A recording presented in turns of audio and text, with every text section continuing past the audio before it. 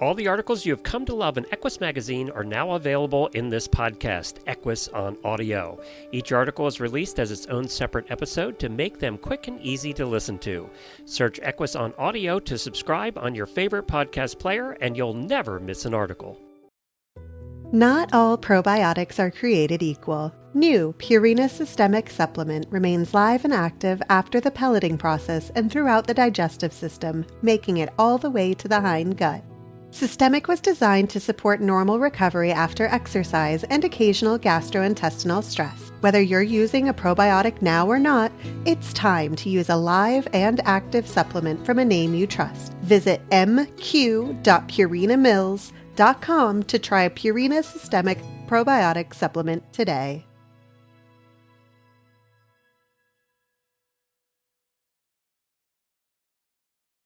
This article was posted on January 5, 2024.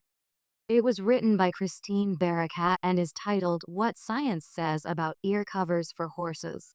A growing number of show horses are outfitted with sound-reducing ear gear, ranging from foam balls stuffed inside the auditory canal to knit bonnets that cover the entire pinna. But does this equipment really help reduce a horse's reactivity to sounds? A new study from England suggests that depends on the horse wearing them. We have noticed ear covers being increasingly used across numerous equestrian disciplines. And we think the reasons for use differ between competitors, says Claire Hull of Cambridge University, who herself is also an international dressage rider.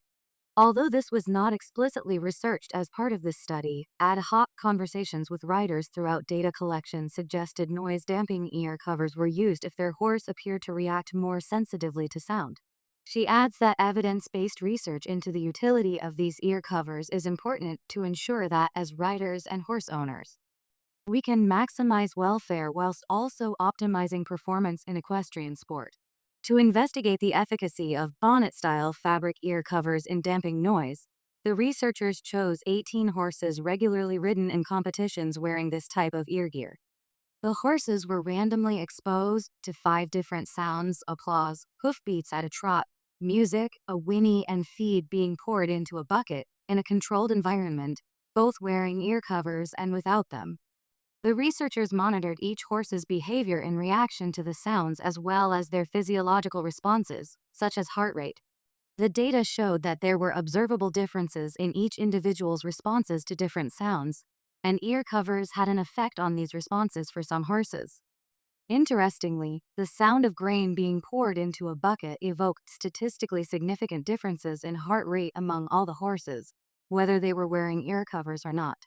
The researchers note that a horse's reaction to a specific noise likely reflects his past experiences. The reactions to auditory cues will, in part, depend on previous experience and the associations the horses have formed with that sound and the situation it is presented in, says Hull. She notes that these responses are not necessarily undesirable.